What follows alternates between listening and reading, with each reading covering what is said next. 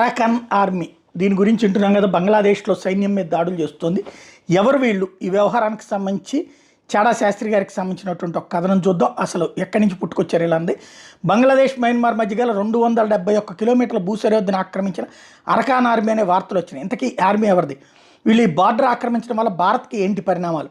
రక్షణ నిపుణుల విశ్లేషణలు చూద్దాం. మయన్మార్లో అంటే పాత బర్మాలో అరకాన్ అనేది ఒక ప్రాంతం. బ్రిటిష్ వాళ్ళు రాకముందు ఇది స్వతంత్ర ప్రతిపత్తి గల దేశం. బ్రిటిష్ వారి పాలనలో బర్మాలో కలిసిపోయింది. అయినా ఆ ప్రాంతాన్ని అర్కాన్ అని, అక్కడ ప్రజలను అర్కనీస్ అని పిలిచేవాడు.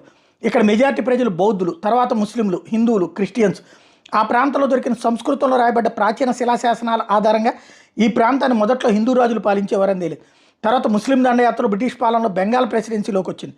1989లో మిలిటరీ ప్రభుత్వం ఈ ప్రాంతానికి రకీనే అని పేరు మార్చి ఇక్కడ బౌద్ధుల్ని రకనీయులు అని, ముస్లింలను రోహింగ్యాలు అని పిలవడం మొదలైంది.